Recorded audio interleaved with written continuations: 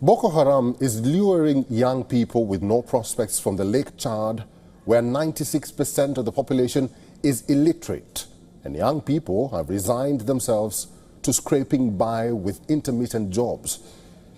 This is a boon for the jihadist group, which recruits disadvantaged people by promising them a steady income.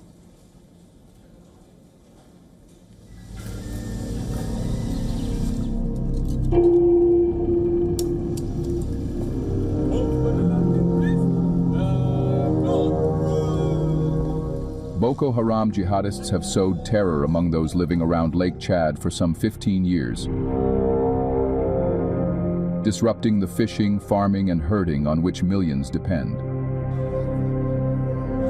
Surrounded by Cameroon, Chad, Niger, and Nigeria, Lake Chad's countless islets serve as hideouts for the Islamist militants, whose violent campaign began in Nigeria's northeast before spilling into its neighbors. Jihadist attacks have surged in the wider Sahel region, though Boko Haram has lost ground to the army in the Lake Chad area. The insurgents have nevertheless remained a constant threat, carrying out frequent kidnappings, executions, rapes, and lootings. In Chad's Lac province alone, more than 250,000 people have been forced to flee their homes, says the United Nations, tipping people further into poverty in one of the world's most impoverished nations only helps turn the area into a recruiting ground for the jihadists. The reason why the Boko Haram terrorists hibernate on the island, because it isolates them from the outside, thereby making it very difficult for the military to reach them. That's their thinking.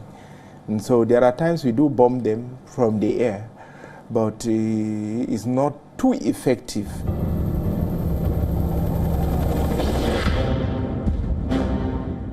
Like 2,000 others, Baya Ali Musa and Ahmad Musa have taken refuge in Yakua, some 20 kilometers from the Lac region's capital, Bol, on the banks of a branch of the lake. For 3 months, the Acted humanitarian organization has distributed emergency aid to the displaced people in Yakua.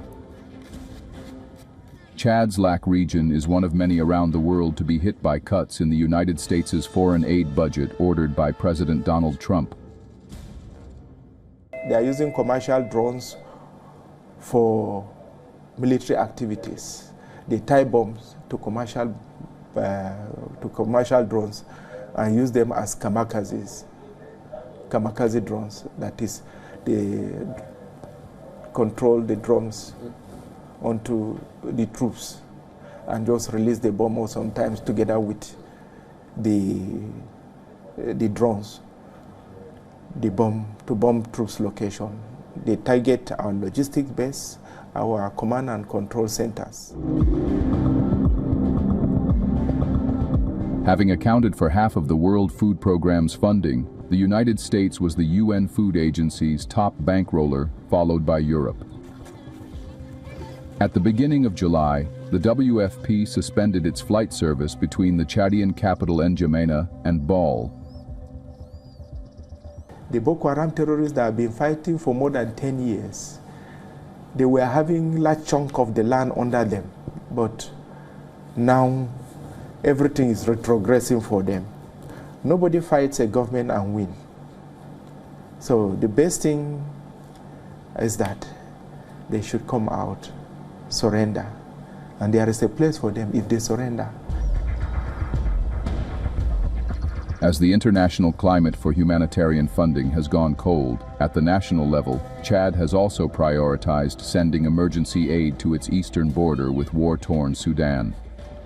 More than 1 million Sudanese have fled to Chad since the civil war began in April 2023.